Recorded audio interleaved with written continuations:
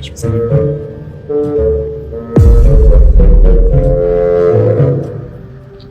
Sorry guys, मुझे नहीं पता था कि तुम लोगों में ऐसा कुछ रिचुअल होता है। हाँ, प्रे तो करना चाहिए। हम हमेशा खाने से पहले अल्लाह ताला से प्रे करते हैं। यस, रिचुअल नहीं स्पिरिचुअल। हम ही पहले भगवान को भोग ऑफर करते हैं और उसके बाद प्रे करके खाते हैं। लेकिन तुम्हारा भगवान यहाँ आके कैसे खा सकता है? जैसे वो तुम्हारी दुआ कानों से सुन सकता है, वो वैसे ही यहाँ पर आके खा भी सकता है। भगवान का फॉर्म पर्सनल है। अगर वो कानों से सुन सकते हैं तो मुंह से आके खा भी सकते हैं। उनके कान और मुंह दोनों है। शालिनी, तुम प्रे नहीं करती खाना खाने से पहले? नहीं, लेकिन मेरे चाचा ने एक बार कहा था कि हमको वो गॉड ऑफ फूड को और फार्मर्स को थैंक यू बोलना चाहिए। You mean Annapurna Devi? What? God of food. Yes, हमें उन्हें थैंक करना चाहिए और साथ में फार्मर्स को भी। But I believe in watering the roots. देखो, हम हमेशा क्रिएशन को तो अप्रिशिएट करते ही हैं, लेकिन हम क्रिएटर को ना अप्रिशिएट करना भूल जाते हैं। अभी सोचो, पानी ना हो, हवा ना हो, उपजाऊ मिट्टी या धरती माँ ना हो, तो फार्मर क्या कर लेगा? So I believe that we should be thanking the Creator, the Lord, who is providing us with all the basic necessities. Point. अब तुम किस किस को थैंक करेगा? वैसे भी तुम्हारे 33 करोड़ तो देवी देवता है। बताओ, किस किस को थैंक करेगा तुम? और शांति, तुम बताओ, तुम किस गॉड को मानता है?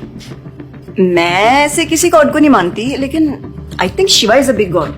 सी, I am very sorry, but आपने अपने वो बड़े भगवान का स्टोरी तो सुना होगा ना, जहाँ वो अपनी मरी हुई वाइफ को शोल्डर पर लेकर पूरे इंडिया का चक्कर लगा रहा है। अब तुम मुझे बताओ, जो गॉड अपनी वाइफ के मरने पे ऐसे कॉमन मैन की तरह रोता है, वो गॉड हो सकता है क्या?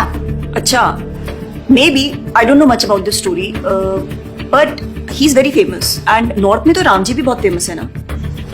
उनका स्टोरी तो तुमको पता होगा ना, सबको पता है। उनकी वाइफ को रावण ले गया था। हाँ, पता है। अब तुम मुझे बताओ, वो गॉड है? वो अपनी वाइफ को भी अकेला नहीं बचा के ला सकता। उसको अपनी वाइफ को बचाने के लिए भी वानर सेना की हेल्प चाहिए, और उस वानरों को भी तुम पूछता है। I am sorry. और गीता, तुम कृष्ण को मानती हो, और वो तो हर लड़की के साथ रासलीला करते रहते थे। ऐसा कैसा कैरेक्टर है गॉड का जिसे हर लड़की से प्यार हो जाता है? और वो खुद डर के अपना जन्मस्थान छोड़कर चले गए थे। गॉड को कभी डर लगता है क्या? और जिसे खुद डर लग रहा है, वो तुम लोगों की हेल्प कैसे करेगा? शिट यार, this is so complicated and confusing. It is confusing because you are following the wrong path. It is very beautiful and sacred. I will show you the right path. Enough, Asifa. I know what you're trying to do. And Shalini, कुछ भी confusing नहीं है। You know what the problem is कि तुझे पता ही नहीं है, क्योंकि तूने आज तक शास्त्र ही नहीं पढ़े हैं। तो पता कैसे चलेगा कि क्या सही है और क्या गलत? जन्म कर्म च मे दिव्यम एवं योवेति तत्वतः त्यक्त्वा देहम पुनर्जन्म नैति मामेति सो अर्जुना। भगवान की लीलाओं को समझना इतना आसान नहीं है। उसके लिए शास्त्रों का अध्ययन करना पड़ता है, और वो भी एक प्रामाणिक गुरु के अंडर रह के उनकी शरण लेके। अब अगर तुमने शास्त्र पढ़े होते तो तुमको ये पता होता कि शिव जी ने जो इमोशंस उसमें दिखाए थे वो शोक नहीं, विरह था। विरह विरह दोनों सेम नहीं होते क्या? Let's start from the basics. शोक इज मटेरियल एंड विरह इज स्पिरिचुअल। शोक ना दुख की अनुभूति कराता है, whereas जो विरह है उसमें जो सेपरेशन की फीलिंग होती है ना, वो सुख का अनुभव कराती है। भगवान भगवत गीता में ना शोक करने वाले व्यक्ति को मूर्ख बताते हैं। गतासुम अगतासुमश्च नानुशोचन्ति Pandita. A wise man never laments for the living nor for the dead. Bhagavad Gita chapter 2 text 11। अपनों की मौत पे आंसू बहाना शोक है, लेकिन वही रामायण देखते देखते जो आंसू निकले ना, वो विरह है। विरह, और ऐसे विरह से हमारा भगवान के प्रति प्रेम बढ़ता है। तो जिस तरह से शिव जी ने विरह को दिखाया था, उसी तरह राम जी भी सीता मैया के जाने के बाद विरह में भटकते हुए रो रहे हैं। और यही नहीं, सीता देवी इतनी प्योर है ना कि उन्हें राम जी के अलावा कोई टच भी नहीं कर सकता था। रावण जिनको लेके गया था वो छाया सीता देवी थी। असली सीता देवी तो अग्नि में समा गई थी, और वो अग्नि परीक्षा के वक्त बाहर आई थी। और आसिफा, तू क्या बोल रही थी? भगवान राम को अपनी पत्नी को बचाने के लिए वानरों की मदद लेनी पड़ी थी। I mean, God is all powerful, right? हाँ, आई मीन वो अकेले भी तो मार सकते थे ना। यार शालिनी, अगर तूने कभी रामायण पढ़ी होती तो तुझे पता होता, जब खर और दूषण आए थे अपने 15,000 ऐसे दानवों के साथ जो इंसान को खा जाते थे, उन सब के साथ राम जी ने अकेले बिना किसी की हेल्प के उन सबके चिथड़े उड़ा दिए थे। अब ऐसे राम के लिए रावण को मारना मुश्किल है क्या? हाँ, लेकिन बाद में वानरों की हेल्प क्यों ली? उनको अपनी सेवा में लगाने के लिए, उनकी ग्लोरीज बढ़ाने के लिए। अरे उन्होंने तो एक छोटी सी गिलहरी तक को अपनी सेवा में लगा लिया था। What? कभी पढ़ा हो तो पता हो ना। खैर, और हम हनुमान जी की पूजा इसीलिए करते हैं क्योंकि भगवान तक पहुंचने का रास्ता उनके भक्तों की सेवा है। जब भगवान देखते हैं कि मेरे भक्तों का गुणगान हो रहा है या कोई सेवा कर रहा है तो वो बहुत खुश होते हैं। जैसे मैं तेरी मॉम के सामने अगर तेरी तारीफ करूं तो वो खुश होती है ना। पॉइंट। इसी तरह भगवान हमसे खुश होते हैं जब हम उनके भक्तों की सेवा करते हैं, पूजा करते हैं। और रही बात 33 करोड़ देवी देवता की, आसिफा तू मुझे ये बता, what is your favourite genre in movies? Psychological thriller. और शालिनी तेरी?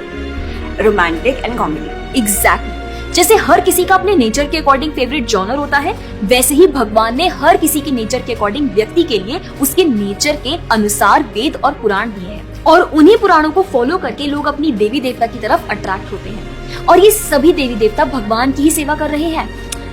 जैसे रोशनी के देवता सूर्यदेव, हवा के देवता वायुदेव, बारिश के देवता इंद्रदेव। जैसे एक सरकार चलाने के लिए इतनी सारी पोजीशंस होती हैं, वैसे ही इस पूरे ब्रह्मांड को चलाने के लिए अलग अलग देवी देवताओं की जरूरत पड़ती है। तो मतलब वो अपनी पोजीशन का मिसयूज करेंगे, किसी भी लड़की के साथ कुछ भी करेंगे, रास लीला करेंगे। Stop it Asifa, now you are crossing the line. तुझे पता ही क्या है कृष्ण के बारे में? जो लोग बोलते हैं कि कृष्ण करे तो रास लीला है, हम करे तो कैरेक्टर ढीला है, उनको बोलो पहले भागवतम पढ़ ले। ठीक रास लीला से पहले भगवान ने गोवर्धन उठाया था। उनको बोलो पहले जाके गोवर्धन पर्वत उठाए। पैदा होते ही पूतना को मारा था, बच्चे से एक मच्छर नहीं मारा जाता। When he was crawling, मुख में ब्रह्मांड दिखा दिया था। तू अपने मुंह में अपना ये हॉस्टल ही दिखा दे आसिफा। क्या तुम जानते हो द्वारका में भगवान श्री कृष्ण की 16,108 रानियां थी और सबके अलग अलग महल थे और हर एक महल में श्री कृष्ण सबके साथ होते थे एक ही समय पर।